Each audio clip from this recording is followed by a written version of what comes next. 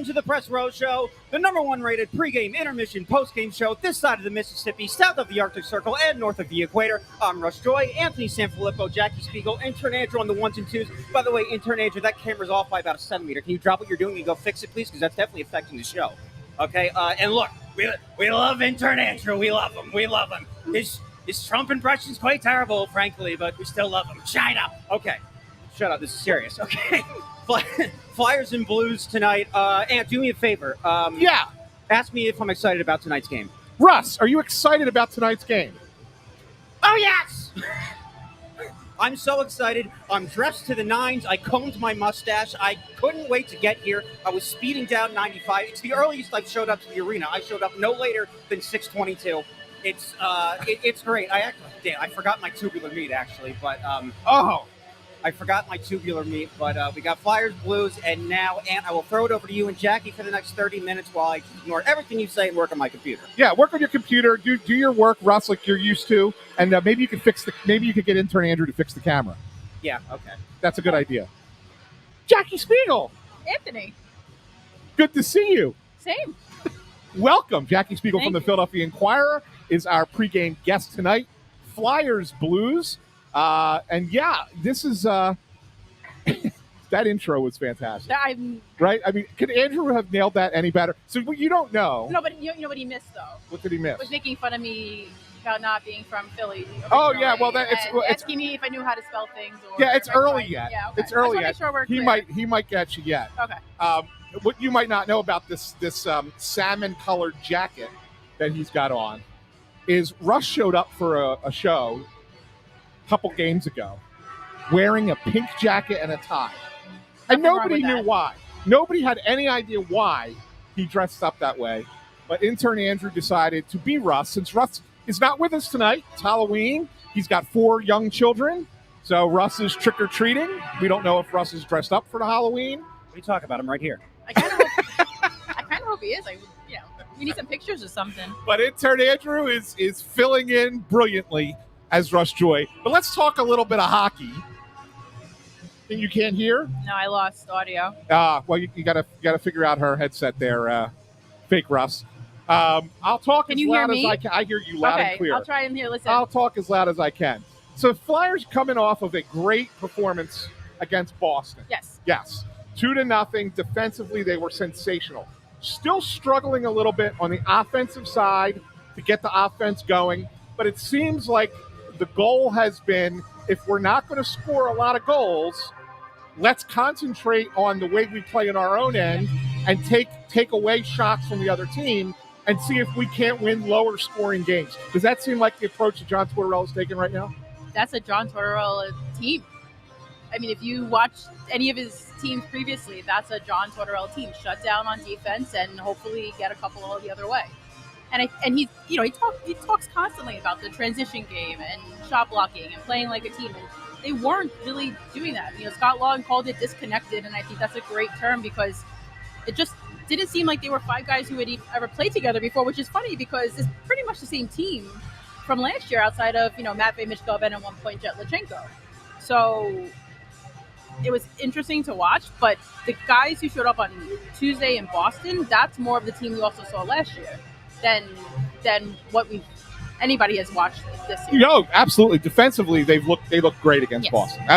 It was probably their best all-around game of the year.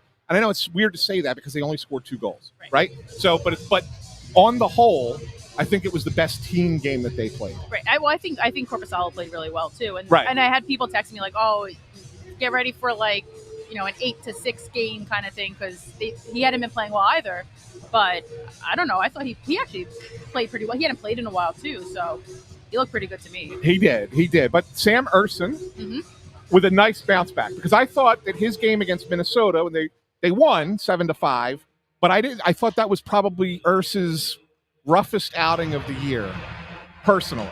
Like, it was just such a crazy game. Yeah, it was a crazy game, but Chuck Wagon, it was just like all over. But the one thing about him that we liked early last year, obviously down the stretch he faltered a lot, but what I liked about him early last year is when he had a bad game, he was quick to forget it and bounce back. And I kind of thought that was the kind of game that he had. Yeah, you had help in front of him. Defense played well in front of him. But I really thought that the Flyers needed a good game out of their goalie and got it from Ursa. Well, he's just always the guy that bounces back. He's like mentally, he is one of the toughest people in that room. Everything kind of what's the saying, like falls off his back. Like he just doesn't. The game's over and he moves on to the next He's one. Teflon. Teflon. Sure. It reminds me of John Gotti a little bit. Well, the Teflon Don. He's a Teflon. Are we calling Sam Emerson the Teflon Don? I don't know. Maybe that's a good nickname. Maybe you should create that in the Inquirer. You should start calling him the Teflon. I don't know. We'll see. Teflon Don in goal. I'll ask him what his thoughts are on that. Yeah, there you go. He probably has no rep. He does wear the nice suits. There you go. So there you go. John right? Gotti was known for his suits. I wonder if he's aware of. He probably has no idea who John. No, yeah, I have no idea who he is. Right. All right. So it's all good. It's all good. But yeah, no. So he's played well, right? But then after that, it's you look at the way things have gone defensively. You take Igor Zamula out of the lineup. You add in Emil Andre, and he's a little feisty. He's got a little spunk to his game. But it suddenly seemed like, knowing that you're down Cam York and you had to make another change further down the lineup, the guys at the top, Travis Sanheim, Rasmus Ristolainen, they've been sensational. Since they've been put together, playing 25, 26, 27 minutes a night, almost like playoff minutes, that top pair for 3 games now has been really, really good. Well, this is the Sanheim. So my 1-year anniversary was literally like the other day, like yesterday or the day before or whatever. And that's the Sanheim I remember seeing when I first got here last year, was the guy who's been playing these last couple of games, where not only is he getting it done on the defensive side, he's also, I mean, how many times have we seen him by the net now? I know. And Ristolainen's goal to win the game against Minnesota was literally, all of a sudden it's like, who's that guy that's jamming the puck? Oh, that's Rasmus Ristolainen coming down. So I think this is the best I've seen of Travis Sanheim. I think he knows he's playing really well right now. He's very confident. Even talking to him, you could tell it's a little different than when he got down the stretch last year. Keep going. So, I don't want to get them in trouble. No, you're good. So I think, like, you know, this is a guy who can get things done, and I think it's been important. And intern Russ, can you let Jim, our security guy, know that they're giving a couple of our fans a little bit of an issue for being up here? Who is? This other security guy. To make sure that Jim knows who they are. They're fans of the show, so that they don't get kicked out. Thank you very much. This guy got to look out for. We got to look out for our people. Of course. Always got to look out for our people. But the thing about it is that I always feel like watching Sanheim play, that when he is paired with a defenseman who's more of a stay-at-home guy, he's so much better. Whereas when he's paired with a guy who's a little bit of a tweener, or maybe even an offensive-minded player, he's not sure. No, you know what I'm saying? He actually said it. I don't remember what day it was, but it was recently in the locker room. I think it was after a morning skate or a practice. He actually said that because he has, like, he doesn't have to be the defensive guy on this pairing now. He could be the guy that steps up, because he knows that he has Ristolainen, who's more of a defensive defenseman, to stay back. So it's giving him a little bit more free reign to be that guy. So I think maybe this is where his game is. Maybe he really is that comfort level where he should be more the offensive guy on a pairing and not the defensive defenseman in complement to a Cam York or anybody who's more of an offensive-minded guy. Now, Ristolainen is an interesting guy to me because he has been he's been criticized quite a bit in this town, primarily because of the contract that he has. I mean, let's be honest. I mean, that's the reason that most fans will criticize him. Right. But at the same time, their criticisms have been warranted because over the last 2 seasons, you've only been here since last year, and you only got to see him a little bit because he was hurt and out for the year. But his play has been spotty. And so you could understand the criticism that fans would have. I think it's very fair to say that he's been a big reason for why the Flyers have been able to kind of turn the page just a little bit off on their slow start because of the way that he's played in those big minutes. Well, he's a veteran guy. Yeah. It's funny. Like, I was talking to him in Vancouver, asking a couple guys, like, do you remember your first game and what was the emotion like or whatever? And when you think about it, he's one of the most veteran guys in the team, and he's only like 29, 30. Like, he's been around the block. Yeah. He knows how it goes. He was in Buffalo for a long time, and they had their struggles, and he's been on teams that have struggled, especially out of the gate. So he's been around this environment before, and I think when you have someone who's been around it, like an Eric Johnson, right? He's been, he's about to play in his 1,000th game next week potentially, depending on the lineups. And when you have guys who've been through it, they can tell you, hold on, let's settle down. Things. This is bad, but there's still like 70-something games still to go. 72. So there's still a long way. We'll wait and see. You got a lot of time to see, right? One of the other things that I wanted to kind of get into a little bit here today is when you look at the thing that what's failing or not failing, what's not clicking offensively. Torts has talked about like how he's going to still do his lines based on feel. He's keeping the lines together tonight that he had the last game, which this might be the first time they've gone two games in a row. I checked it all today. Right, it's the first time, right? They've gone 2 games in a row with that. Every line is the same. That's consistent, right? Yeah. And he's not. I think you guys asked him at the skate this morning about, when are you going to get Zamula back in on the blue line? Whatever the case might be. Do you think that this is a team that just needs a little bit of cohesion as far as what those lines are concerned to get that offense going? Or is he right to sit there and constantly try and push different buttons to try and get guys going? I mean, he's with whatever he wants, he's right, if that makes sense. Like, he's the guy in charge. Yeah. So it's his decision about everything.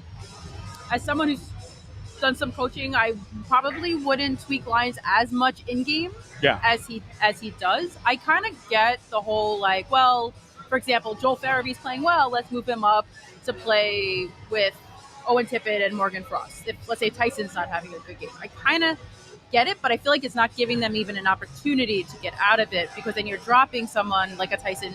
And I'm not saying this is going to happen, but maybe down to a fourth line or something. Right. You're not giving guys the opportunity to work through it. Now, if you're in the third period and you're down and you need a goal and there's only 10 minutes, all bets are off and do whatever you want. But I think there is something to be said for playing a lot with people that you play with. I talked this morning with Ryan Poehling, with Garnet Hathaway, with Morgan Frost about playing with the same guys and how it helps. Right. And, like Ryan Poehling and Garnet Hathaway, I spoke to them separately, and they both were like, I know where the other is going to be on the ice because I played with them so much last year. And I play with them a little bit this year. But I know where they're going to be. I think it was Garnett who said that, it's not a sixth sense kind of thing. But when you've played with people long enough, you just know where they're going to be. You develop this ability to know if I put the puck deep or I dump it in, instinctual. This guy's going to go. Yeah. It's very instinctual. Yeah, it really does. It develops a lot of chemistry, and that's important. Yeah. And the other thing that I guess you guys are asking these guys every day, and you're talking to these guys every day. Do you sense that there's any kind of feeling from them that they would prefer to have a little bit more cohesion? Or are they just saying the good, No, there was, a couple of games ago, I remember one or two guys saying, I can't remember who, and I don't want to say right. Sure, no, fair enough.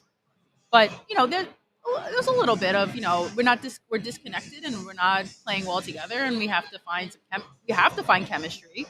I think Michkov and Konechny, there's no denying that they have chemistry, and I think took a little time to figure out that maybe Sean Couturier was the center on that line. Yeah. I know he wanted to put Morgan with Michkov because they are both creative people, but obviously maybe having the balance of a Sean Couturier and not having 3 super creative, smaller people, guys on a line has helped.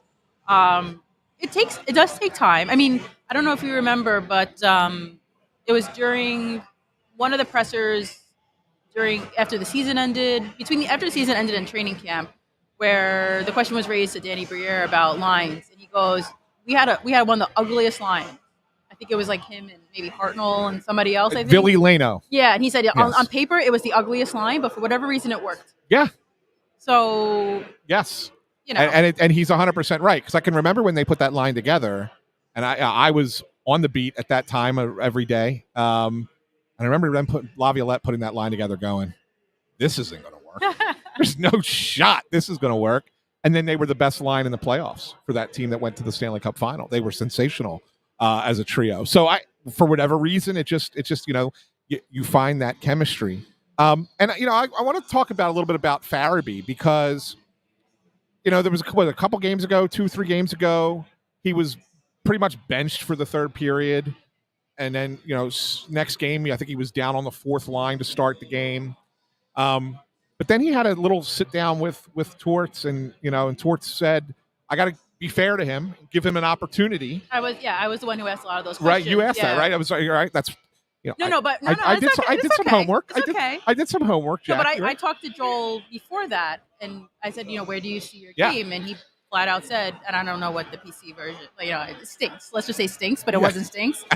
But he was very aware that he's not where he needs to be and where he feels that he should be. And that was my question to Torts is how do you give him that time and that space? And I don't know if you remember, but John said it had a lot to do with the lack of 5-on-5 play. Right. Joel, listen, this team has a too many man on the ice penalty. Joel just hops over the boards because he knows he's sitting in the box. Right, there's no arguing with him. He doesn't play penalty kill. The second unit doesn't get as much time as the first on the power play. So he's really he's a 5-on-5 guy for this team. And I haven't checked it since maybe the last game or two, but at one point the Flyers had the worst 5-on-5 minute, not worst, the fewest 5-on-5 minutes. They had the fewest shots or goals at 5-on-5. Yes. They just weren't. They were, and I didn't check it most recently either, but it was just a couple games ago that they were being outscored. I think it was 19-7 at 5-on-5. But to what I said to Tortorella is Joel just a victim of not getting 5-on-5? And he said, basically, but also, he is struggling, but he wants to give him the opportunity to work through it, and he wants to put him out there. And I think we saw. I don't know if he did the whole full monkey off the back when he scored the empty netter, but there was definitely a big fist pound right into the face of some Bruins fans in Boston. Yes, so. I did see that. And I like to keep an eye on guys like that, in a game. I will sit there and tonight, I will watch a lot of Joel Farabee and just kind of see if it continues. Because I thought he had a decent game against Boston. I think he's trying to find where he fits in the lineup a little bit too. And I kind of did ask him, in his, they give the whole. I could play with anybody. I'm comfortable playing anywhere in the lineup. And I do think he wants to be more of a middle six, even a top six guy. Right. But my thing with Joel is what's his role? And to me, I don't know if he's a full power forward, but he could throw the body. He can forecheck. He does have hands to score. He does have pretty good vision. I just think he needs to figure out where he fits in the lineup. One more thing before we wrap this up and talk about tonight's game against St. Louis. But one more thing before we get to that.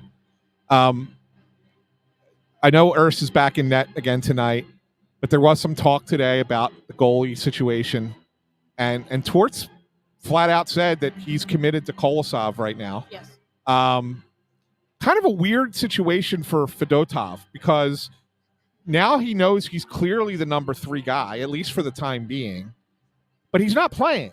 Right. And how long do you think that they can kind of go on this way with 3 guys? Because the way I look at it, and tell me if you think that I'm off base on this, but I look at it and say, all right, they're home tonight, and then they're home again Saturday, but then you go on a road trip, right? You don't want to bring 3 goalies on the road. You'd rather have.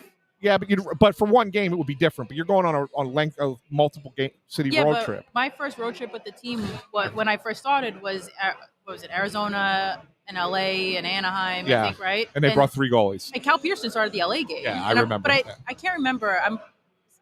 Felix Sandstrom. Sorry, thank you. Yeah. Felix Sandstrom, I think, might have been hurt too at the time, or he was coming back from injury, so he was still there too. Kind of, right. But I'm saying on the active roster because you'd rather have the extra forward or the extra defenseman.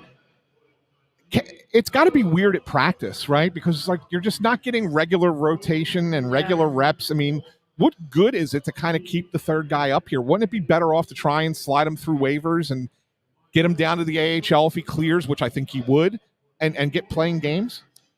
I I don't see any issue with him being sent down. I don't know if that's what in the team's mind right now, to be honest with you. I saw today, like, Ivan stayed on late with Kim Dillabaugh and Zamula to work on, and I think Nick Delorier because of the scratches. So they stayed on very late to work on stuff. There's a part of me that also, I don't lay a lot of the blame on Ivan for his poor play. I mean, look, he came from the KHL. He played, 3 games last season? Correct. And he hadn't played in a month at that point when he first played against the Islanders. And the team was in a slump, and it was a whole lot. It was a mess. There was a lot more going on around him than just those games. And then this year, this is his real. I take it as more. This is his real first action in the NHL, and it's a very different game from the KHL. Some rinks do have the same configuration. A lot of rinks don't. But also, the KHL. If you ever watch KHL games, I haven't sat down and watched a full game, but I've watched enough clips and I've watched enough things where they don't really go to the net and crash the net like they don't. Here. And they really don't swarm the net where you're looking through like 4 or 5 guys on a screen, and I'm both from both teams. So it's very different style that you need to play. And so I don't know if he was fully ready for it because he did captain's practices and that's nice at training camp, but let's be realistic. It's very different when it's the opposition in front of you. And also different. I know a lot of goalies talk about like the socks and different socks and seeing through the different socks and not. Like you're doing training camp, you're seeing orange and black and the whole time. So now you got the blue color and the red color. It's weird to say that. Like you would think that that's like not a thing, but for a goalie, it really is a thing. All right, the Blues come in here. This is not a great Blues team, but it's not a terrible Blues team. They're just kind of a mediocre team. They have a lot of injuries. They have a lot of injuries, although Binnington will be in net tonight for them. He's hot or cold. I mean, he's hit or miss, right? No comment on. Yeah. This is a real opportunity for the Flyers to kind of get something going. I know. Get something going. I'm not happy about it either. Yeah, Dan Hilford, he likes your Halloween costume there, Russell. Whatever. You got to do what you got to do. Are you still doing your job over there? Yeah. You're working hard? Okay, I'll get back to Jackie. Yeah, thanks. But this is an opportunity for the Flyers to really kind of get a little bit of momentum going, because you get Boston again on Saturday, and I thought that was funny. Was that you who asked that question today? About momentum, and he didn't know what day of the week it was? Yeah, he didn't know what day. But to be honest with you, I've never related more to John Tortorella than when he said he didn't know what day of the week it was, because I honestly have no idea what day of the week it is anymore. And half the time I was like, the other day I was like, do I have to get on a flight today to go to Boston? I couldn't even remember. So yeah. Yeah, but this is a real opportunity for them, and I think that they recognize that this is you got out of the basement. Yeah, maybe it's because the Penguins are playing really, really poor hockey right now, and you get one win and you're able to jump them in the standings. Okay, fine. But I think that they look at it and say, we can kind of get back towards 500 again. And this is that opportunity for us. I mean, every game's important. And that's the thing also, yes, they had the 8-game losing streak last year, but if they had won one game earlier in the season, and it was a game, I brought it up multiple times in stories, like it was a game against Ottawa that they lost, they should have won, because it was not a very good Ottawa team last year. Maybe even 2 games against Ottawa. It was a game against Montreal earlier in the year that they should have won. I think it was a Columbus game that they should have won. Like, those are games that when they were a really good team last year and they were in the playoffs, technically in a playoff spot, that they should have won. Now, obviously this year has not started out as well as they would have liked and as anyone really maybe expected, but every game still matters, and you still got to get those points. And this is a team that you should be able to take advantage of. Because, yes, you're right. As I said, I don't Jordan Binnington, whatever, but he is hot and cold. And some days he's probably one of the best goalies in the league, and then other days he's really awful. So it's like, who are you going to get today? I don't know. But if they play the way that they know how to play, and you saw a lot of that. What day of the week was it? Tuesday. Like, if they keep playing like that and being those guys, then good things will happen. Because once they really solidify their defensive end, which we kind of saw, right? Emile Andre makes that great play, stretch pass up to Tyson, who then chips it over to Morgan. Morgan chips it back to him. Like, it just flows better. Right. And I think that's what they need. They need to get that jump. And I think also wins are contagious. Like, I grew up a big Mike Gartner fan, and he would be asked about goals. Don't say that out loud. No, he played for other teams, but he played for a lot of teams: Maple Leafs, yeah, Coyotes, yes, Capitals, although people don't like the Minnesota, Capitals either. Yes. Minnesota. Yeah. So, but he always talked about goals they come in bunches. Wins are like that too. Yeah, for sure. Yeah. Hey, Russ, do you have any Philadelphia trivia for Jackie before she heads out of here? Philadelphia.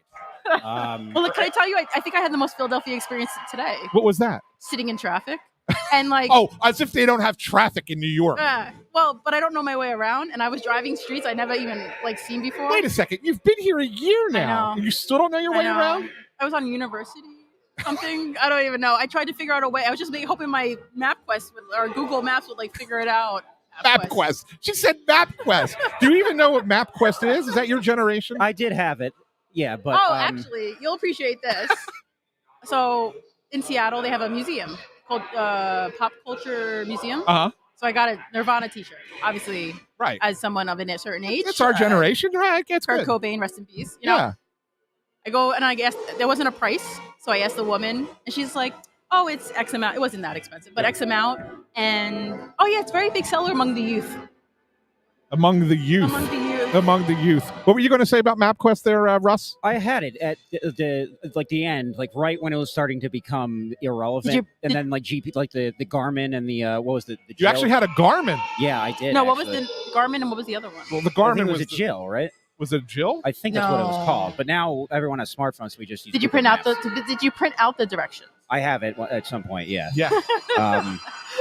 Fortunately, by the time I started driving, I had a smartphone. So. I used to. TomTom. That's it. The TomTom. Yes. Jay Grebby. Yeah, the TomTom. There you go. You're a Giants fan, right? Excuse me? Giants fan? No. Jets. Damn. That I had a great troll trivia question. I was going to ask how many yards did Saquon Barkley run for against the Giants a couple weeks? A lot, right? No, I'm Saquon actually Barkley. happy for him. I've actually decided that because I'm in Philadelphia and I'm a Jets fan and there's no real, although the Jets did win last year, but there's no real like connection, rivalry that, and because they all wear green. That the Eagles are your NFC team. Yes. I will be an Eagles fan now.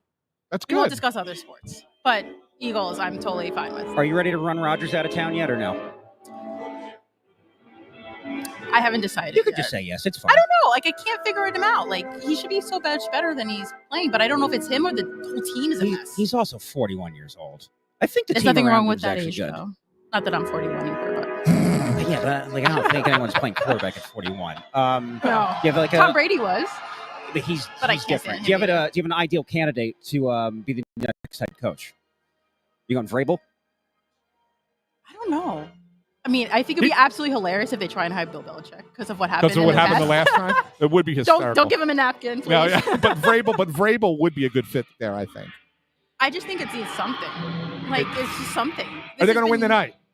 Oh, they're playing tonight. I don't even know. See, I'm so. They are a favorite. Although they are playing tonight. They're playing the Houston Texans tonight, and they're a favorite. I mean, they should win. I think Diggs and Nico Collins are both out, right? Yeah, that's why the Jets are a favorite. But I still. But have you met the Jets? I can't pick. Have you seen the Jets? I can't pick the Jets. But the Jets are not good. That's it. But speaking of Jets that are good, yes, the hockey team. Yes. Oh my God. I thought you were going to say Luchenko. No, well, that Jet's pretty exciting too, but we won't see him for a while. I will say I will eat crow on that one. I was a little surprised by the pick on Jet Luchenko and Everybody sure. was. And wow. Yeah. Solid player. Jonesy compared him to a young Rod Brindamore to me, and I was like, wow. That's impressive. If Jet Luchenko becomes Rod Brindamore, you know what? That's a stellar pick. If that's what he becomes, there's potential for that in there. I think, there actually. is potential. Like now for that it. you say that, there is potential for it. So, but Jackie, very, very much appreciated for you hopping on Snow the Goalie. I know I didn't let you know until last minute. Yes.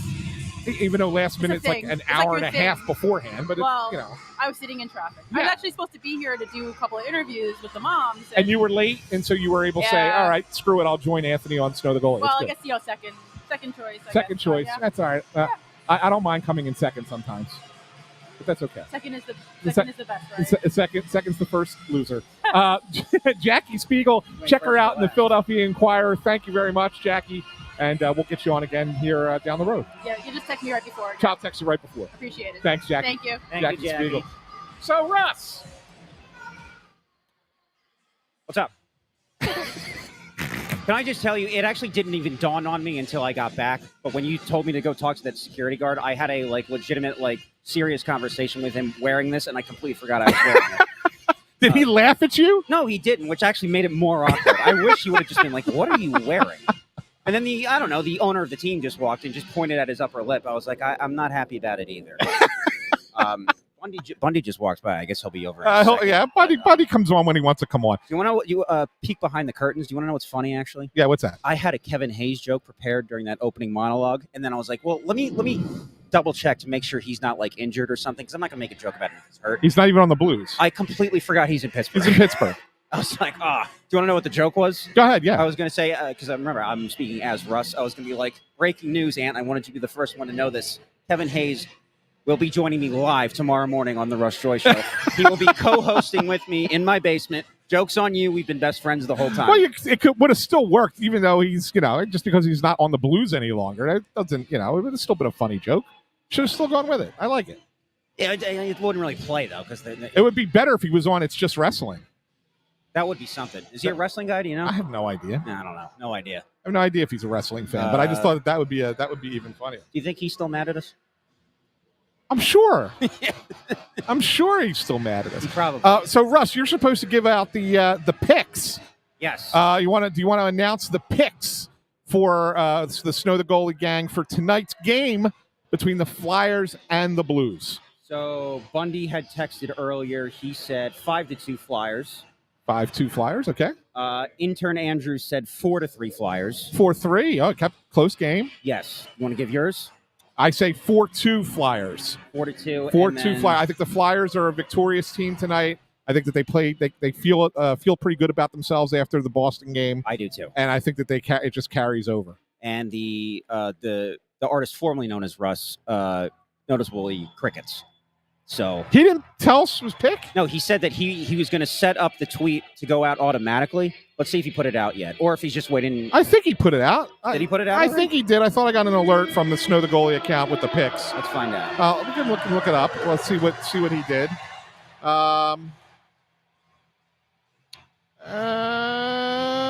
Maybe not. Nope. No, he's listening right now. He's listening right now, and that's what he does. This is what Russ does. This is what he does.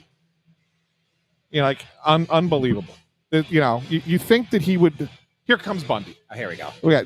Yeah. Our savior, Russ. Would you put the tweet out so we know who you picked? Put up his mic. Turn up Bundy's mic. So, what do you think of this look for Halloween? Oh, I love it. He did a whole intro as Russ. Way to go, Russ. Looking good, Rustache. I'll tell you what, this is so annoying. I don't know how he does it in real life all the time. I kind of have one too, but I have the other part with it. I didn't just have the... But you know what? Tomorrow I will be going full mustache for November. Movember? I'm going to go the old Movember. I'm going to do it for... Yeah. Okay, that's good. So you should wear that the whole month.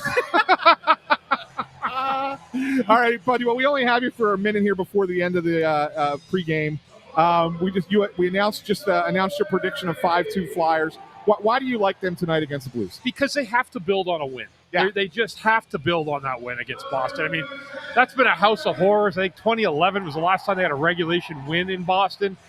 And they did. I mean, it was closer. The last time they had one in Boston was closer to the end of your career. Yes, than it is to today. Yeah, yeah. So I mean, it's been just and some nightmare losses too. I can remember because I've been broadcasting a lot of those games too when I was on the road. So the Flyers, if they're going to be a team that's going to be relevant in 30 days from now, come December 1st, they have to get some string of games together. They just have to. And tonight's game, and I think that they have an opportunity to do that. St. Louis lost 8-1.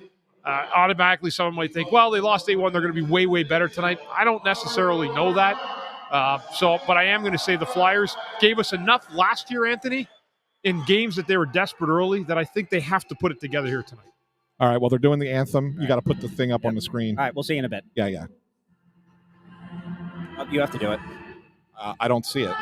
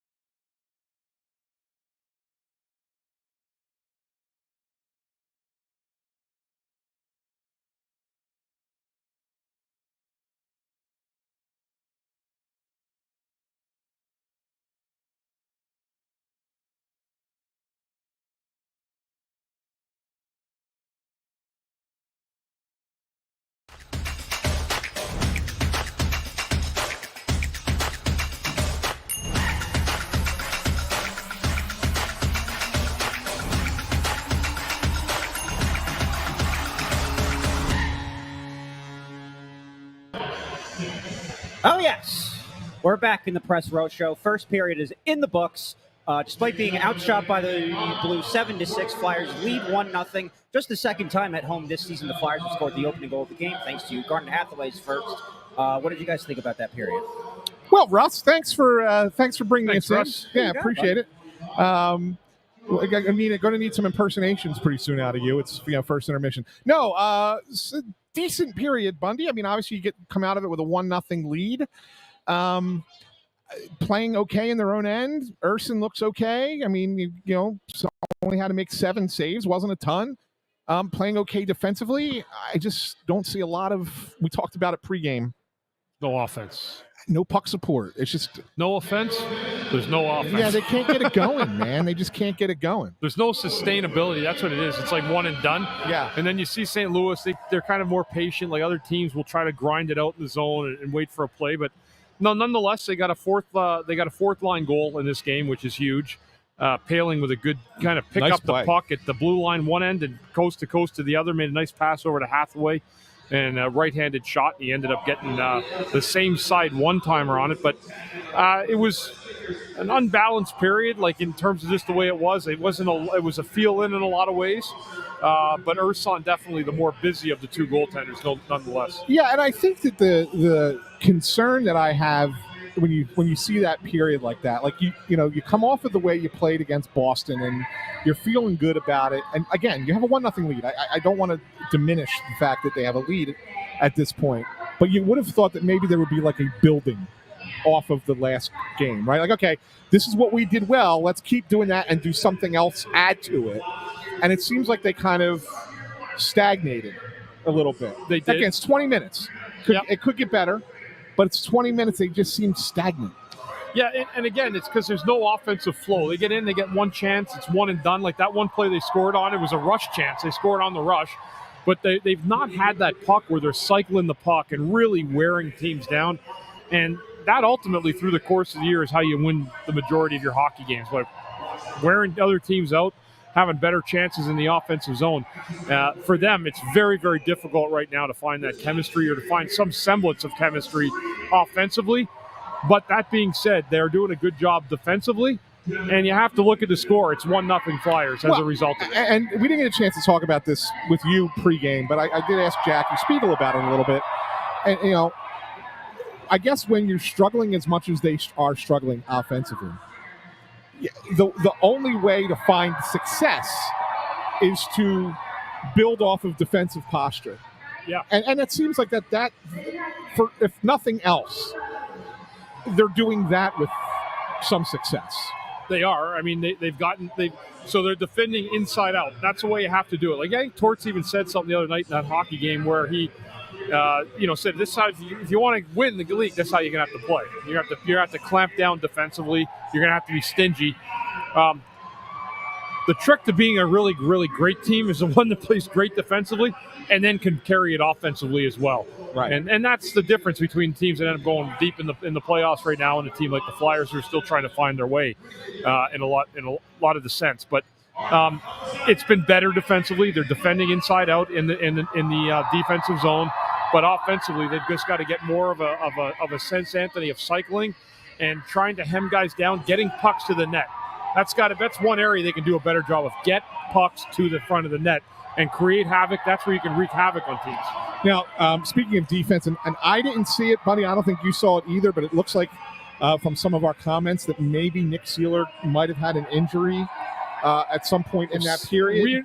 We don't listen to the broadcast. We just watch with our own eyes. So if Seeler did get hurt, we just didn't see him. If he missed shifts, let us know here on our comments, guys. We do appreciate that. That's why we are fan friendly, and you guys are very much a part of this as well. Yeah, we didn't see it. So if it happened, we'll definitely be looking to see if he comes back out to start the second period.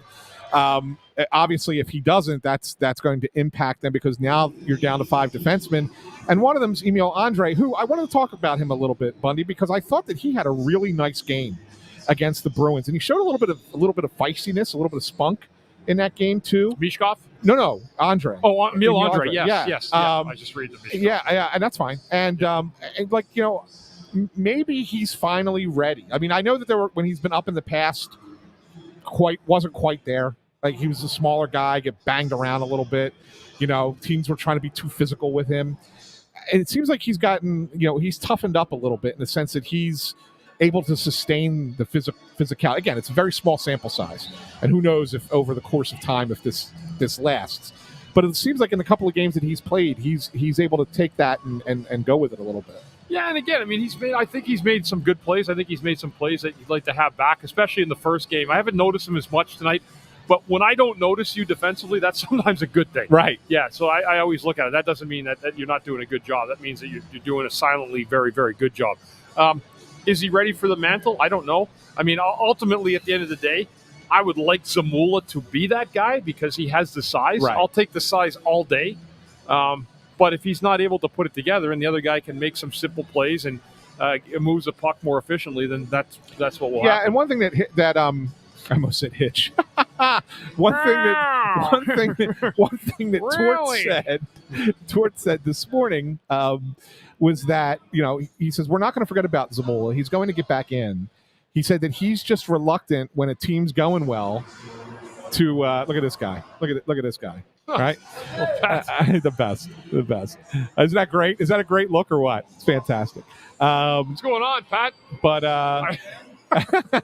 just friends of the show. Yeah, but I completely lost my train of thought there for talking about Zamula. Yeah, but that he's going to get him back in, but he doesn't like to change the lineup. Yeah, and so it makes you sit there and you look at it and say, I get that, but if you have a young player like a Zamula, isn't it better? Isn't it better to put him in and then say Eric Johnson? Isn't it great for coaches? They can build that in for themselves. Oh, I just don't change the lineup. I don't change the lineup. I don't understand. Just because you won a game, I mean. Yeah, well, you know what? I mean, listen, I think there was one guy that perhaps should be in the Chateau Bao. It would be Zamula. Yeah, he had not played well. Not have a good start to this year. Did not have a good year. So there's only a place for him to go. All right, well. See Tony Louis? Yeah. Yeah, sing. What are you talking about? Very film noir. Your Hitch is very film noir. Someone say cake? See, I'm going to go get some cake, see? Maybe grab a blueberry bagel while I'm at it, see? It's intern Russ. It's time for the. You want to speak, Russ? It's time for the stat of the night. Yeah, I mean, what do you got? You can't make me laugh. If I smile too much, the mustache actually pops off. Is that a different mustache? It is, yeah. I switched. I got a 6-pack from Walmart, so I'm gonna cycle through got a bunch of them. 6-pack of mustaches. Oh yeah, bring those babies in. I can use one of those some night. I mean, there's probably only be like one left. I gave one to the organist. He's wearing a Luigi hat. Yes, Michael the organist is wearing a Luigi hat. And, oh Jesus, you don't look like him. Holy jeez. Is that fantastic? Look at the mustache. If you put one on Pat right now, you can have Mario and Luigi. That's fantastic. I do have a couple left. That's fantastic. Oh, that's great. Anyway, go ahead. Stat of the night. All right, so still a long way to go. We still have 40 minutes left in this game. But if Sam Erston does somehow get a shutout in this game, that'll be back-to-back shutouts for him. Jesus. Almost got us canceled there. Back-to-back shutouts for the first time since Michael Neuver in the 2015-16 season. Wow. Really? Only twice in Flyers history has a goalie gotten 3 back-to-back-to-back shutouts. This isn't the trivia question, but if you want to take a shot at it, you can. 3 in a row. I'll give you the years if you want. Go ahead. The 11-12 season and then the 99-2000 season. I know that. Well, yeah. Checo. Was it Checo? No. Roman Checkmate. This is not the trivia, is it? No. No, this is the trivia's next period. Not Bush, not Checo in 99-2000. Not Van Beesbrook, right? It is Van Beesbrook. Okay. Really? Yes. Do you remember that? Do you remember him going 3 straight games with a shutout? I sure don't. I wonder who his defense were. I know. Must have been great. Must have been a great defensive team in front of him. Must have been. And what was the other year? 11-12? The 11-12 season. Briz Golov got 3 in a row that year. Everybody has their day. Was that before or after he got lost in the woods? I don't remember. No, that was a game they gave up 9 goals to Winnipeg. They lost 9-8. That's when he did. It was my video that I put out on YouTube that got all the viral still living here? stuff. I do remember that game. Here. we had people who suggest. I wrote a story for I for On coached Patterson. with him. I wrote a story for On Patterson about the fact that the Flyers don't have a Russian translator and that they should have one because you have 2 players on your team who are Russian, speak the language, who don't speak English, and it be beneficial, even if it's only temporary, right? So I write this story about it. You know what the number one response to the story was? They should hire Brizgalov to come in and be the translator. Could you imagine that? Could you imagine that lunatic coming in and translating for guys? No. The stuff he used to say? Why you have to be mad? No, You guys remember the All-Star game No, when I he can't, was going around interviewing people and he's like, "Okay, I'm here with the Wayne Simmons." The Wayne Simmons. Did you have when you were doing when he was here? Were you still in radio at that I was time? doing radio. You were doing radio. Okay, so you didn't really have to interact much with Briz. Thank God, no. He was. I coached with him. Our sons were the same age. Oh, that's right. And I was the assistant coach, and he was the goalie coach that was there for his kid. I was there for everybody else, but He was like, we knew when Briz had a bad game that it was going to be. there was a lot of drama here. I remember the coffee mug. Oh my God, that was my question too. I was like, right before the Winter Classic. He pulls us over. He's waving us over. We're inside the baseball locker room at Citizens Bank Park in the Phillies locker. And he waves us over, and he goes, "I got good news and bad news. What do you want first?" I said, "What's the bad news?" He goes, "I'm not playing." I said, "So what's the good news?" "We now have chance to win." And he's then talked about sitting there with his mug of coffee. He's going to be enjoying the coffee, watching the game on the end of the bench. And I can still remember seeing Jeff Reese, who was the goalie coach at the time, standing behind him, and he turned every shade of red and purple in the span of a minute, listening to the nonsense coming out of Brizgalov's mouth. That's how angry he was. It was all about the that whole team. Was the Pittsburgh series in 2012? Was he the one? Who was the one that had the bear in the woods comment? Was Yeah, that him? that's him. Yeah, It was him. Okay. yeah. I don't know. sometimes you just I can't didn't know him understand what that goes well, through really. people's brains. I coached with him that year, and that's the most I ever got to know him at all. Just and the funny thing is like, we talked during the pandemic when we did all those long interviews on Snow the Goalie, we had Chris Pronger do one of them with us, and Prongs said that because that was the year he got hurt, if you remember, he couldn't play because of his eye injury, and he said that he truly believed that if he was not hurt and was healthy, that team could have won a Stanley Cup even with Brizgalov, because he said that he knew how to control him from their time together in Anaheim. And he said that he would have been able to keep him in line so that it would be more about the team and less about him. But the fact that he wasn't there and he was hurt and not in the locker room all the time, there was nobody else that really had the leadership ability to kind of handle that. That was Richards was the captain at that point, right? I mean, Kimo was an assistant, but that was really it. He was kind of a quiet leader. Yeah. So there was no real voice in that These locker guys room. don't want to deal with that either. And they didn't want to deal with it. But Pronger would have. Like, he's the kind of guy who he doesn't mind stirring the pot in that locker room. Yeah. No, I know what you mean. I was around that team. I never saw it that way, Anthony. But I believe Pronger.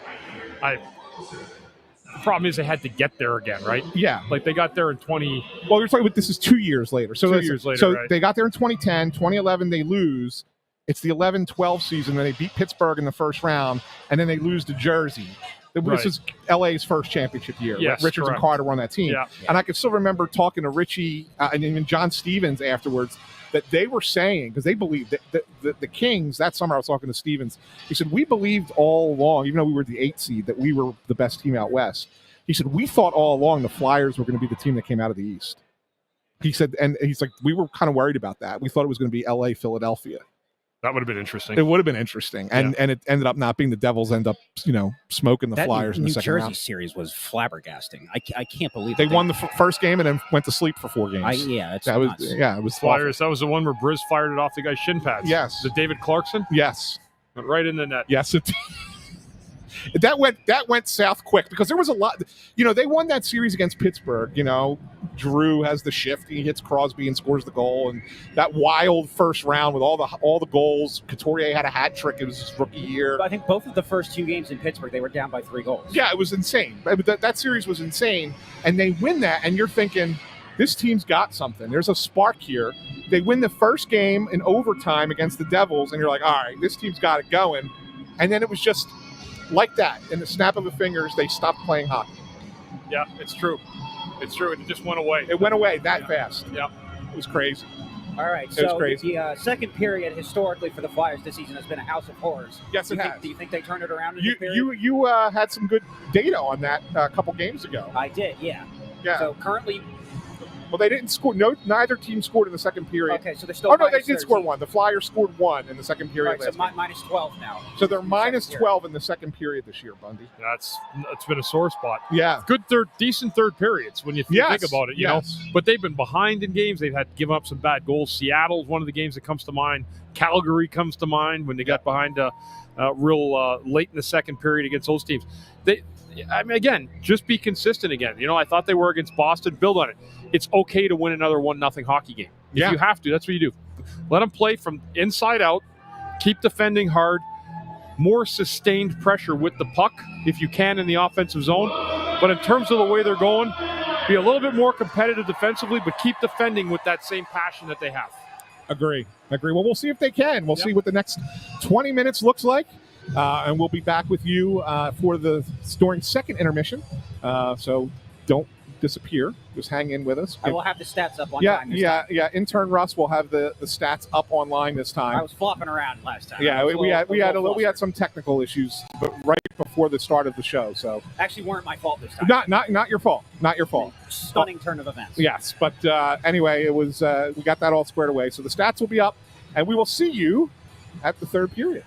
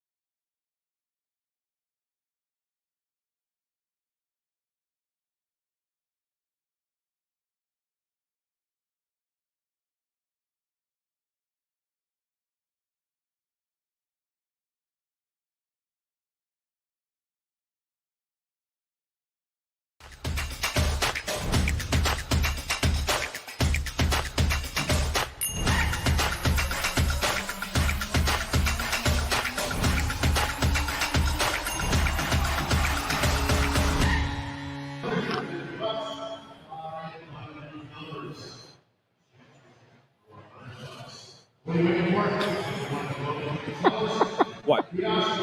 How's that? How's the Hot dog, Russ. how's the hot dog there, Russ? It's fine. What? Is that your third one tonight? No, 8. Oh, 8. Yeah. Oh, it's your 8th hot dog tonight. Yeah, we're not on yet, right? No, we're live. Oh, we did go live. Oh, geez. Okay, sorry. Sorry, I was very invested in that hot dog eating. You sure were. Welcome back. You were caressing it before we went on camera. I told you that in confidence. Welcome back into the Press Row Show. Flyers stalemate in that period, though they actually did outshoot St. Louis. Sam Ersson, I thought, held strong, gave up a couple of scary rebounds, but he held his own, and it remains a 1-0 game. Tape it down. What am I doing here? Bundy, I'll throw it to you. What'd you think about the Flyers in the second period? I thought St. Louis was pretty decent the first 10 or 12 minutes, and then I thought the Flyers were a little bit better at the end of it. Some power plays kind of disjointed the period a little bit, but, I mean, not bad. The game itself, this is not one that you're going to put on your shelf and watch once a week for the rest of your life. Bundy, I'll be the one to say it. Go right? ahead. I'll be the one to say it. This is two not good hockey teams playing each other. This Blues team is no good.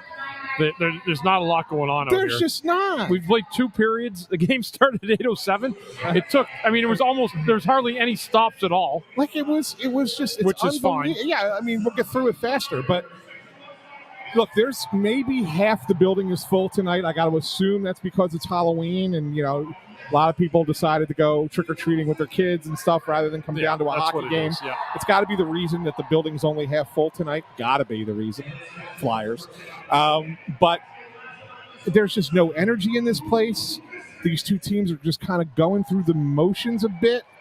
It's ugly out there. It's not a good hockey game. That's why I started joking, saying it's not one you're going to save the video of it and put it on your shelf to watch once a week for the rest of your life. It's not that. It's not 87 Finals Game 7. But again, these are the games, though. You know what, Anthony? There's a lot of games like this in the NHL every single night. Yeah. And what happens is that if you win it, you still get the 2 points. So the Flyers right now have the lead, the ever-important lead going into the third period. But what the problem is, it's been a dud for both teams. Yeah. And it's like whoever gets a heavy push might be able to put something together here. Yeah, and the thing of it is that sometimes you just have to win these games. You have to get through ugly games sometimes. I just feel like that there's more ugly than not ugly anymore. He says some of these games. We got a Matvei Mishkov sat, and we're being told to discuss. Did you watch him play that period? It was not good, and not only that, I think he was sat, Bundy, and I could be wrong. I know the play behind the net. Yes, right? yes, I know exactly what it was. Yes, when he got his stick knocked out of his hands. And he went there and he was standing there complaining to the referee. Right to him. As the play was going up the ice. Yeah, and he never picked the stick up and he went off the ice. Didn't pick the stick up and went and slowly made it to the bench. And it was a little bit of a rush for the Blues. Now, granted, nothing happened. They didn't score because the Blues are just as inept in the offensive zone tonight as the Flyers have been for the most part. But I don't think Tortorella was happy with that play. I'm pretty certain that was the play that got him sat. It'll be interesting to see if he plays in the third period. And you know what? And if that's the case, good for Torts. Yeah. That's one there where the player absolutely needs to sit down and say, here's what happens when you get a call against you that didn't go your way. You re-engage. You get your ass down the ice to try to help out defensively. Correct. And not anywhere do I ever want to see you arguing with a referee again on the ice over anything. You get back in the play. Yeah, absolutely. And I think that's fair, and I agree with it. I think that the coach, if he sat him for the rest of the period. It wasn't a whole long time, but it was, I don't know, 7 minutes, maybe 6-7 minutes there towards the end of the second period. Yeah, let's be easy with this. Space exists in 7 dimensions. The rest are 3. Let's cool it down a little bit. Yeah, a little bit. But let's see if what his role is in the third period and see how much that punishment goes forward. I'll be honest with you, Bundy. We had there's not a lot to talk about, but the one line that seems to actually have a little bit of energy tonight, and not just because they scored the goal, but is the fourth line. I mean, they seem to be putting some good shifts together when they're on the ice. They had another pretty good offensive shift where, again, didn't score, but they had some momentum in the zone. It was right after right after the penalty kill they had it. So, like, there's a few guys you could sit there and say, hey, you know what? Good on you.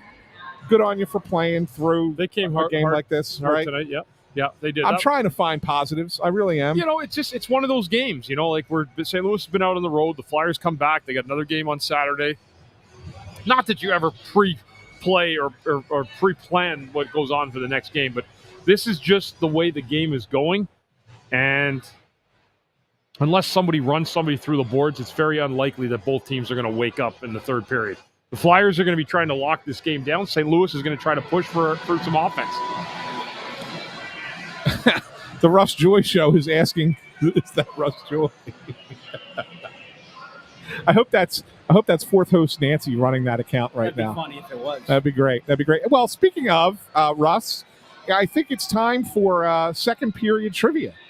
Intern Russ trivia? Intern Russ trivia. Do we have, usually he has some music for you that he sings in, Yeah, right? he usually has some music that lasts, a really long time. Yeah, which I'm not going to do that. I'm not going to do that either. Okay. So, Bundy, you did mention that I never ask any questions about before 2008. Right. How about this? Okay. I'll go all the way back to the beginning. Okay. The initial expansion, the Flyers and Blues were both part of that. How many was it? 6 teams? 6 teams, yeah. 6 teams in 1967, 1968. Well, coincidentally, the Flyers and the Blues met each other in the playoffs in the first round that inaugural season. Lost in Game 7. Who were the two starting goalies in Game 7? Wow. Starting goalies of Game 7 in the first year for the Flyers. I would have no idea. Well, so Bernie was here. You know this better So than me. Bernie was here and left and came back. So was Bernie the Flyers goalie? Yes. Okay, so Bernie wow. was the Flyers goalie. And for St. Louis, I'm going to go Jacques Plante. No. That'd be a good guess. Famous goalie for the Blues? I would assume I so. mean, I haven't heard of him, but But that doesn't mean anything. that's entirely fair. Terry Sawchuk. No. So you're sure it wasn't Jacques Plante, huh? Okay. That would have been my. I'm trying to think who else could have been on the Blues. Back Plante was still around then, right? It was at, he was at no, the tail end. Plante Right? was still playing then. Yeah.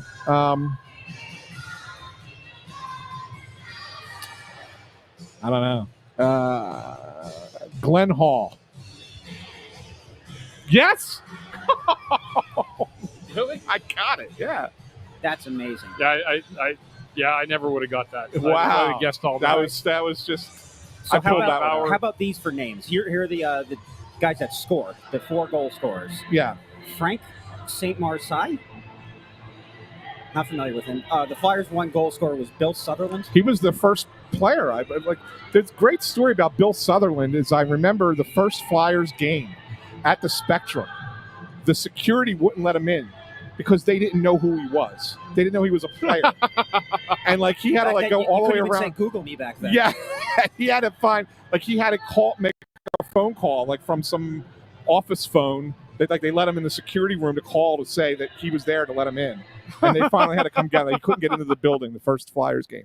Larry Keenan scored to make it 2-1 St. Louis. Yeah, and then they iced it with an empty net goal in the third period. Get ready for this name, Red Berenson. Red Berenson. Oh yeah, former University of Michigan coach. Oh, boo. Here's another one though for you too, right? So that ended up what happened in that playoff that year was how the Philadelphia Flyers were formed.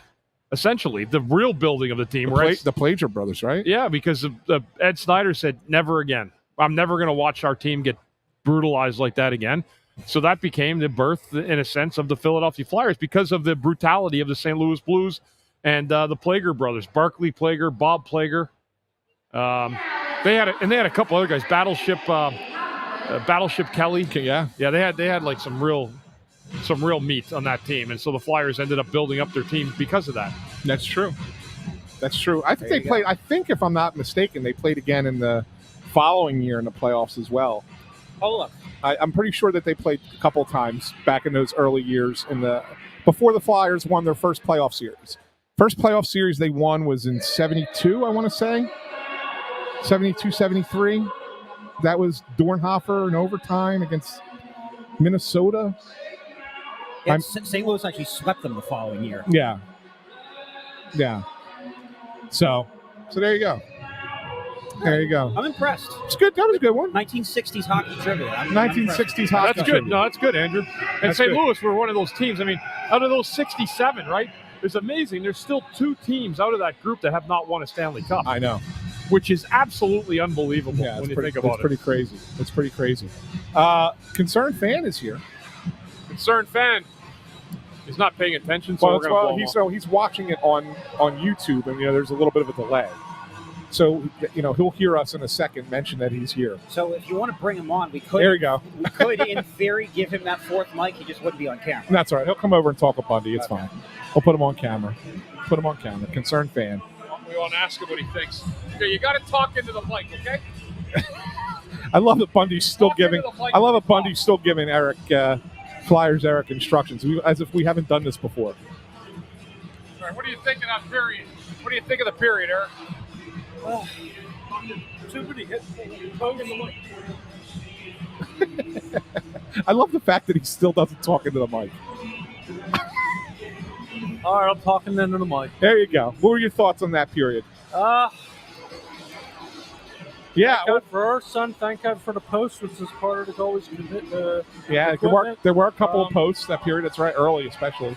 I think the Flyers have blocked like 300 shots in the past 2 games, so that's good. I guess that's a positive. What's your level? The thing what we do with you is you're the concerned fan. What's your level of concern tonight? 1 to 10. Right now, it's a 5. A 5. Okay, that's fair. I think they got a lead. Yeah. Are you right? enjoying this defensive system? No answer. It's always good. It's always good to do a shoulder shrug on a podcast.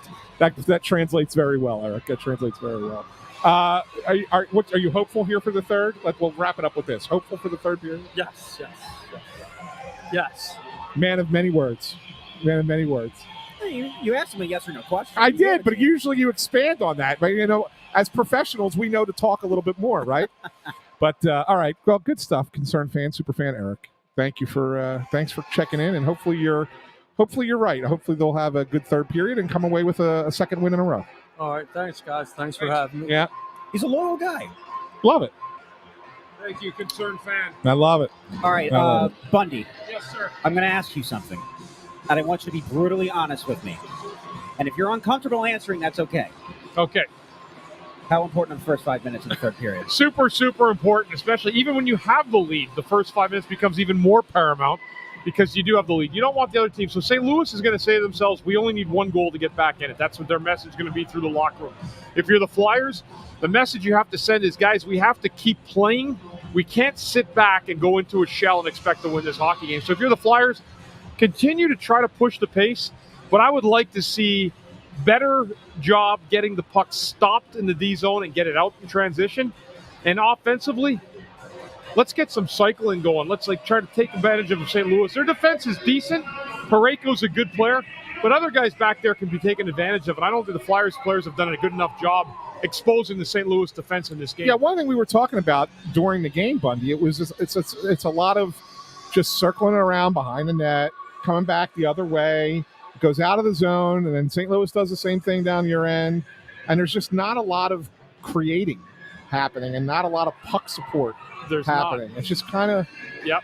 A lot of one and dones. Yeah. Yeah, and that's where the Flyers need to get better. And I said, and you said before, Anthony, we were talking, there's some good stuff that's gone on defensively, but that's at the sacrifice of the offense. Yeah. So they're playing an inside-out style defensive game, limiting chances in the middle. It's been so far pretty successful. The trick, though, for the Flyers is to not get complacent in the way that they play defensive. Keep keeping things to the perimeter, and they'll be fine. Yeah, well, we'll see. We'll see how it goes here for the rest of the period. And, maybe they string together 2 straight wins, and you're starting to feel a little bit good because you get the Bruins coming back in on Saturday after you just shut them out the other night. The one thing I will say is Sam Erson's looked good. I mean, when the Blues have gotten shots on goal, he's been there. He had a really nice save on the Blues power play in that period. Mm-hmm. Flyers got a little loose in their own end defending, and they had a couple guys in front, and he made a nice save and then even gobbled up the rebound. So I think Urs has done well. You know what? Thanks to Brian. He brought back something that we haven't done yet this year. The expected goals. Expected goals, Bundy, through 2 periods. favors the Blues, 1.22 to 1.12. Let's pack up the computers and get ready to head home. The game's over. Well, Numbers don't lie. The numbers never lie. The numbers never. You know lie. what? I can't stand stats like that. It's like, we used to have another line like that, but I can't use it on the family-friendly show. But yeah, I mean, yeah.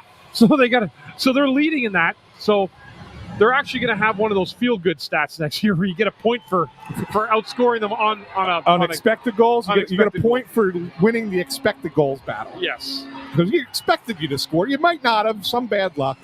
So, hey, by the way, Greg Mack, good point. I do like this Russ way better, too. You know why I like this Russ way better? It lets us talk. Yeah, he doesn't try to dominate the show. Yeah. Yeah. That's what it is. Yeah. That's what it is. Russ, that show there reminds me, Russ's show, he's on alone, reminds me of that show with Robert De Niro and King in Casino. What was the name of that? What was his name in it? Oh, yes. What was that called? I got to get that now. You're exactly right. He was a casino boss, and then they made him like a host just to stay on the job. Yes. Yeah. Somebody's going to get it before we hang up here. I know that. Oh, absolutely. Bundy, have you made it through? Be honest. Have you made it through one episode full, start to finish, of the Russ Joy Show? I haven't watched the first second of it yet. Is it Aces High? Yeah, I think it is. Fawcett, get it? I think it is. Ace, High. yeah, but hold on. What was the guy's name? Ace. Ventura. It was Ace. It was definitely Ace. Something like that. Sam Ace Rothstein. Right, Ace Sam Rothstein. Rothstein show. That's him. That's Russ. Sam Rothstein. Ace Rothstein. Yeah. You haven't watched 1 second of it. There have been a couple times when I'm up in the morning and I'm getting ready to do my day job and I'm sitting over there and I having my bowl of cereal or my bagel and my coffee in the morning, and I turn on my computer and I get a notification that Russ is about to talk on the Russ Joy Show, and I turn it on, and I tune in, and then I always question my decision in life as to why I did that, because all he does is scream at me for the next 45 minutes. He does do that. But I don't want. I'm going to just rip Russ because it's his podcast, so I have to do it. It reminds me of that disaster of a show on NBC Sports Philadelphia. Remember that nightmare breakfast on Bob or whatever? Breakfast on Broad. On Broad. What a disaster of a show that was. Who was the clown who brought that show onto the thing? I don't know who was responsible for it, but yeah, that was not the greatest show. That was not the best choice. You had to be a complete knob to bring a show like that into this area. I think it was going to be. And you know the worst part? They brought that show on, and 2 days after they put it on, they said, "Yeah, this thing won't last a year." Yeah, it really did. It really did. I just got this to say to you, Landros. You like the Russ Joy Show because it's angry, Russ. When I tell you that anger is not real, it's not real. Oh, we're back. Go. Game's back on. We got to go.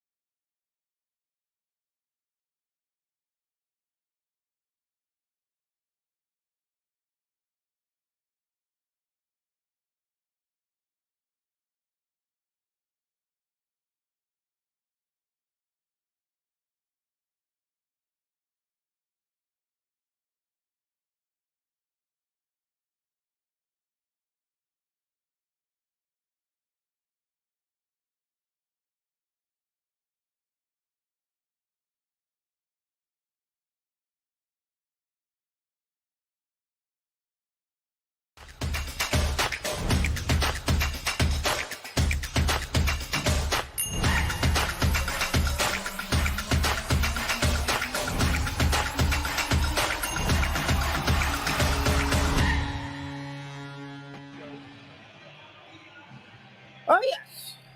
My mustache has gotten bigger finally. This is the last mustache Got of a the big night, win. Big thankfully. win by the Flyers. Big win thanks in part to my guy, Bobby Brink. Bobby Brink. The power of the handshake. What a beautiful play that was. He ended up, was a give and go over to Farabee. Farabee back to Brink. See everybody, good win. Have a safe ride home.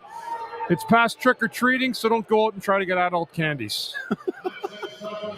Bundy, I will say I was impressed with the Flyers' effort in that period simply because we knew coming into the third, in a 1-0 game, the next goal was going to be huge, and St. Louis was the one that got it. They tied it at 1 about halfway through that period, and the Flyers responded, and they got the win with, they scored with like 3 minutes left? Something about that? They scored with just under 3, I think, to go, and that was a beautiful goal. Really, really well played. And again, you know what it was? It was a guy going to the front of the net. And the puck, there was traffic to the front of the net. The Flyers had so many one-and-dones tonight. And the shots on goal, I think like it was a final of 21-21. Am I mistaken by saying that? 21 all. 21 all. It was not a lot going on in this hockey game, guys. I mean, there really wasn't. It was a slow-paced, feel-out type of hockey game. And it wasn't like for some of the periods, it was not an enjoyable game to watch. As most people that came up here, I think, felt the same way. It felt like almost like a men's league game at times. And it did. And everyone that came up here said the same thing. We didn't say it. They said it first. But and some nights that's going to happen. It is. It's not that the players design it that way. It's just the way the trajectory in the game goes. You ever see a night where someone wins a game like 9-8? It's like you can't stop. You can't stop it once it starts going downhill. One goal after another and score at will. Kind of the same thing here today, except nobody could score. And there just wasn't a whole lot of offense to boot. So after St. Louis scored to tie it in the third period, did you see like a noticeable like kick up in action from the Flyers in that period? No. I don't think anybody really had a momentum like any time in the game. I think the Flyers, when they got scored on, they kept playing, which was good. They didn't it didn't defeat them. There's times earlier in the year where they might have been scored on and someone said, what do you think? Where is the mentality of this team? And they would have gone south. But at least tonight when they got scored on, it didn't bother them. They just kept playing hockey. And as a result, they made one good play to the net. And they got a reward, just a nice give and go. Played a quick play to the net. Bennington couldn't make the stop. And your buddy Bobby Brink ended up finishing it. He is my buddy. So I'll ask you this. I asked Ant this during the third period. I think that a concern that we had coming into this season was trying to not overload the workload of Sam Ersson. I think that kind of happened to him at the end of last year. But now when you see him appearing to be as locked in as he is, do you start him again for a third straight game on Saturday against Boston? Yes. I think I would too. Yeah, I don't think there's any doubt about it. I mean, he just beat him. He shut him out. He gave up 1 goal tonight. You ride the wave. Give him a rest tomorrow if he needs it, but you get him ready. Tell him, you know what, we need you at 1 o'clock Saturday. Get yourself ready to go because you're going to need a big effort from your goaltender in that game because Boston looks like they're getting thumped again here tonight. And they didn't get thumped by the Flyers. They were down 6-2 to Carolina. That's a thumping for a team that, to be quite honest with you, thinks that they're probably far better than the start of the season has presented to them and their fan base. You would have to think, right? Well, for sure. I mean, they just lost to the Flyers. They hadn't lost them in a while. They've had a very disjointed start to the year. Oh, jeez. And I'm going to be honest. Was it a 6-2? It's 7-2 Carolina. 7-2 Carolina. And so that tells you. Hear that, Anthony? 7-2 Carolina. Like, we're just talking about Boston. Boston doesn't look like, the same crew that we've seen before. And I think they almost felt like they took a step backwards the other day, but they've had a very, very rough start to the year after having a decent right out of the gate. Yeah. I mean, look, Carolina's a good team, right? So, it shouldn't surprise you that Carolina's winning that game, but this is not the same Boston Bruins team from the past few years. So they've kind of come back to the pack a little bit. That's not trying to take anything away from the game that the Flyers played against them defensively the other night. I think the Flyers played well. Like, I thought it was their best team game of the season. Again, low scoring tonight, but Bundy, once again, look, we saw it work for a while last year, early in the season, and we kept saying, this isn't sustainable. This isn't sustainable. And ultimately it wasn't. It wasn't. Right? Ultimately it wasn't sustainable. They blocked 28 shots on Tuesday. They blocked 24 more shots tonight. They're playing that defensive style that you see in March and April in October again. And I think that's, John Tortorella's way of trying to get this team to get wins, which is what a coach's job is to do, right? But there's just still not enough we're not seeing anything in the other end. I mean, but that's a nice play by Bobby Brink on a give and go with Farabee to get the game-winning goal.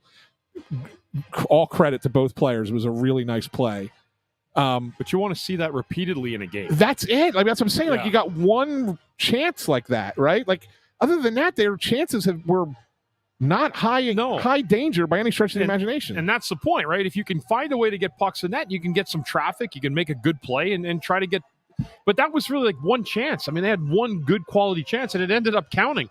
I mean, you could show the guys that video all day. I mean, that's as good a play as you're going to find tonight in the NHL. I mean, a nice give and go from the middle to the outside. You usually see pass from the outside to the middle, right? And you did see it, but you saw Brink actually have the patience to move the puck over to his left, used his a right shot, and then Farabee right back to him again as he drove past Ryan Suter, who is clearly on his last leg. I mean, I'm sorry. I was there. I've been there, done that. I was on a last leg, too. It's an ugly feeling and an awful feeling being there. Yeah, it's a shame. That's a shame because he was such a really good player. Yeah. But that's good. That's and good for Bobby Brink because here's a kid who was out of the lineup for a few games, didn't have that great of a start to the season. I thought he was good his first couple games, and then it got really bad after that. And then he gets back into the lineup, and to get a big goal like that to win the game for the team, considering he was just recently in Chateau Bow Wow. That's good for him. Maybe it's a confidence boost, and he can take it and run with it from there. I mean, don't forget he was a lot of people's pick this year to be kind of a breakout guy, right? Yeah, and so. We'll see. Hopefully he learned from it. That's who Coots told us. Remember when we talked to Coots? Coots said he thought Bobby Brink was a guy who had a chance to be a big breakout this year. And obviously we haven't really seen it yet. But that's pretty good. Bundy, there was a question that somebody asked at the end of the last period that I thought was kind of interesting. And I don't necessarily know if I have the answer to this, but I'm curious to see what your answer would be. Somebody asked in the and I don't remember who it was, but somebody asked in the comments right at the end of the period, since you retired, who has been the closest Flyers defenseman to play the way you played? I'll say that. Actually, I have an answer for that. Braden Coburn. Okay, that's the guy. That was the one name I was thinking that was probably it. Yeah. We both skated the same. Yeah. Defended very similar. He played with the luxury of being able to play with a top pair guy. Like Chemo. Yeah. So, I would say Coburn, yeah. I think that's probably a good answer. That's a good one. Yeah, that was a good question. I was like, you know what? I was thinking about it, and Coburn was the one that came to mind, but I wasn't sure if you would have felt the same way. We had good teams. I mean, I don't like to compare like different pairs. I mean, over our 10 years, I think I was like plus 100 and something. Yeah. And I don't know but that's a fair answer. Yeah, I think so. Yeah. And it's funny because when you think about it, like you made your bones about playing against Jágr, and he made his bones playing against Malkin. He did, right? Like in a very similar way. I think Jágr was more like I felt like I don't remember anyone ever saying like Coburn and Malkin.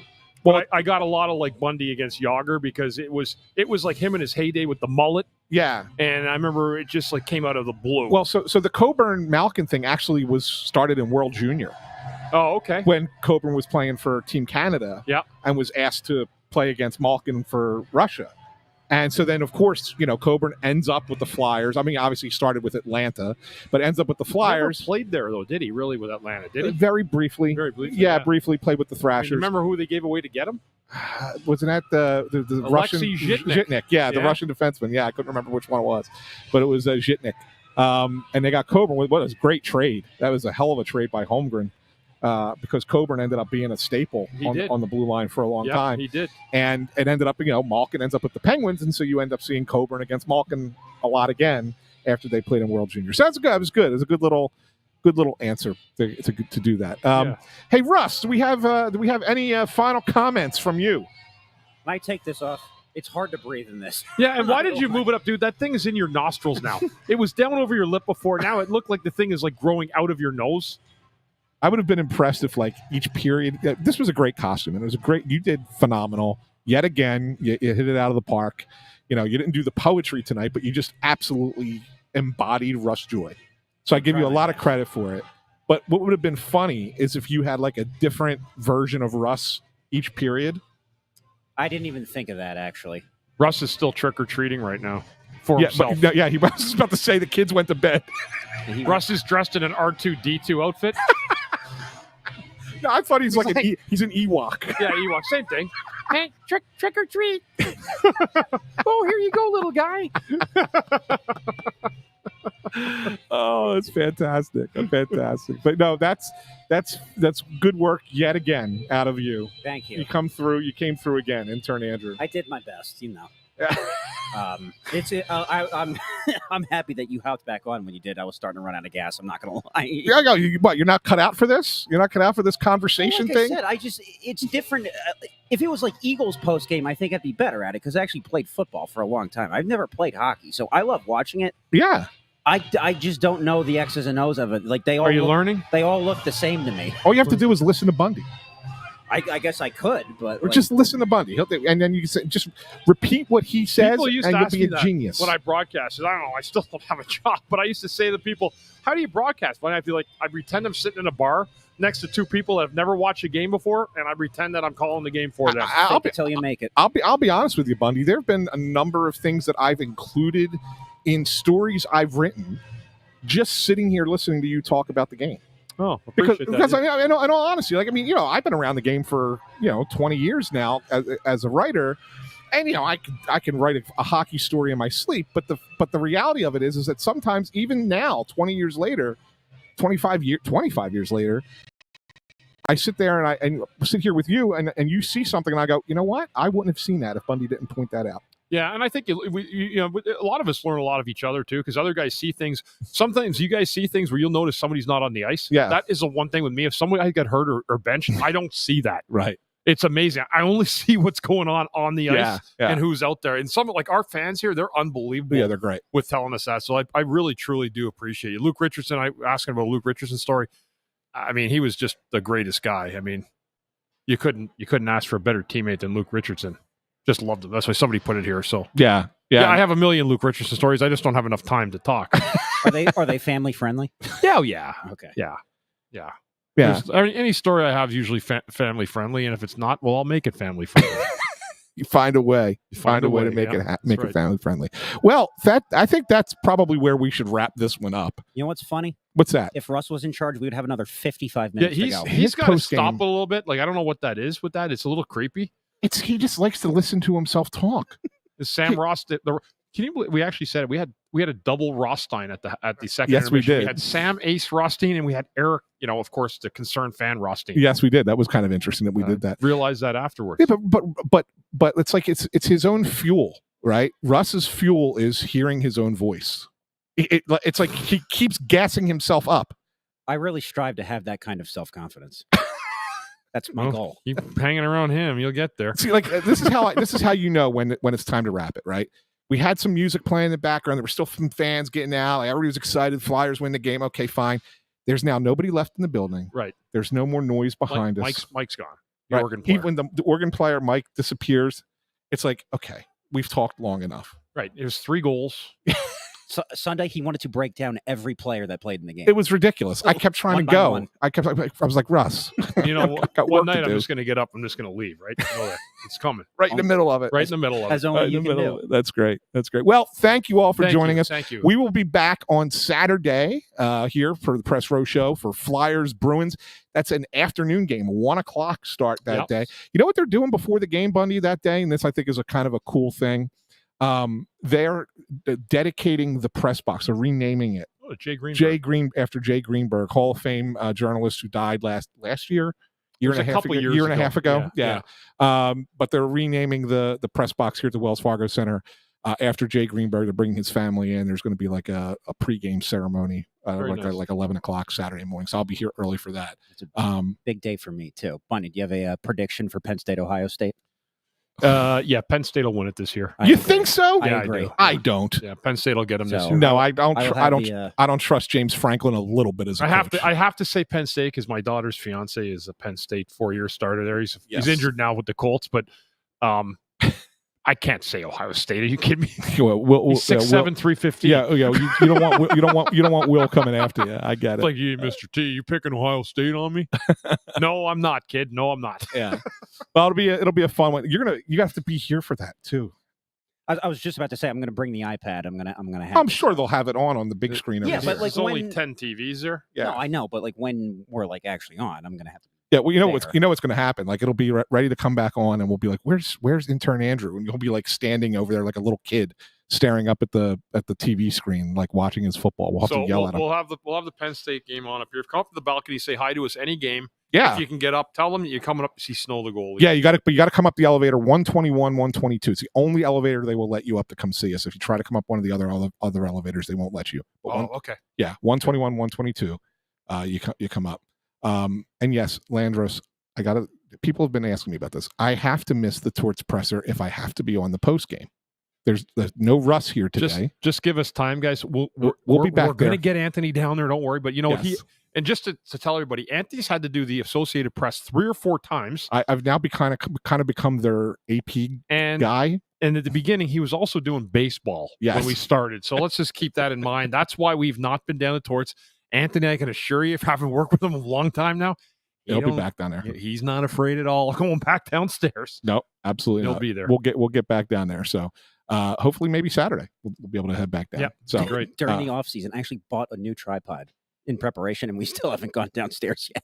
It would have been fun to bring you down there dressed as Russ today. That would have been something. That would have been fun. Anyway, maybe you could dress like Russ again on Saturday. I think once is enough. Once was enough. We don't want to overkill. All right. So for intern Andrew filling in as Russ Joy today, and Chris Bundy, Therien, I'm Anthony SanFilippo saying thanks for tuning in to the Press Row Show, and we will see you on Saturday.